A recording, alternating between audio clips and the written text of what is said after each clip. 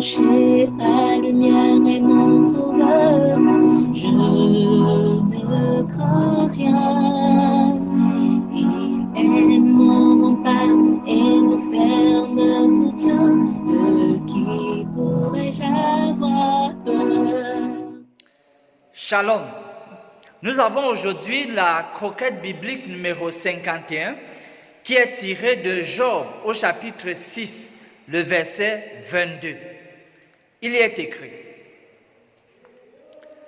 Vous ai-je dit, donnez-moi quelque chose, faites en ma faveur des présents avec vos biens.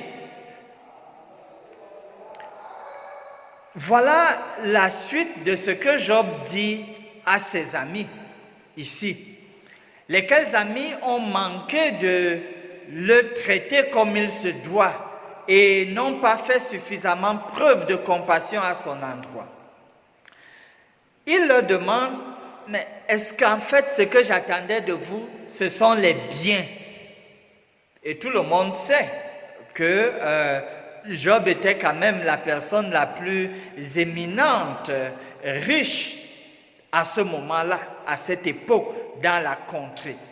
Donc Job veut que ce soit clair dans l'esprit de ses amis qu'il ne s'attendait pas à un quelconque bien, à quelque offrande, quelque don que ce soit.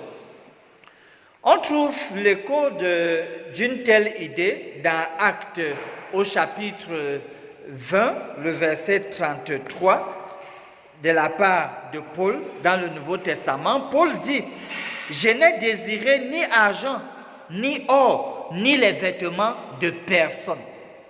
Voilà pour Paul qui s'adresse aux anciens de Milet, comme pour dire: non, aucune dette à votre endroit. Je n'attendais rien de matériel à votre endroit. C'est la même idée que longtemps avant, Job voulait clarifier ici. En d'autres termes, pour Job, il fallait que ce soit clair à l'endroit de ses amis que la seule chose qu'il attendait, c'est juste la compassion, c'est juste la considération, c'est juste l'amour. Ce n'est pas les biens matériels. Et il y a une catégorie de malades, justement, qui n'attendent vraiment pas le matériel.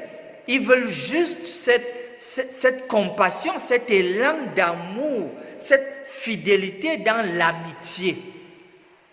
C'est vrai que certains malades, lorsqu'ils sont endettés, deviennent encore plus anxieux et inquiets.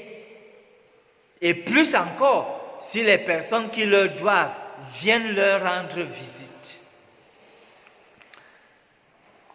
Comme nous le savons, avec Dieu, quel que soit le poids des dettes et des difficultés et des remords, il est toujours possible de venir à lui. D'ailleurs, précieuse promesse qu'il donne en Matthieu au chapitre 11, à partir du verset 28, il dit ceci: venez à moi, vous tous qui êtes fatigués et chargés, et je vous donnerai du repos.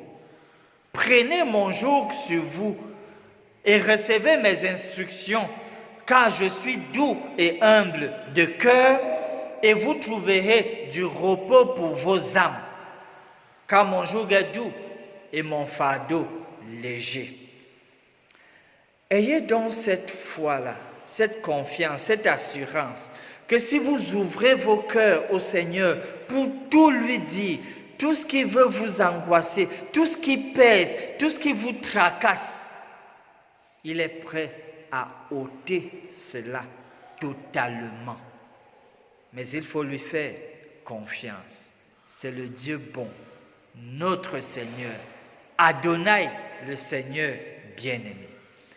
Finissons par ces mots de prière. Merci Seigneur de ce que tu as payé le poids immense de nos péchés. Au nom de cette libération, nous prions que tu affranchisses tout malade qui croupit sous le poids d'une conscience coupable. Fais-le pour la gloire de ton beau nom. Par Jésus, nous te prions. Amen.